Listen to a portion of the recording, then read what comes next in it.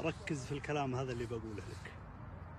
إذا كان هذا الشيء ما تحتاجه انشره، غيرك محتاجه.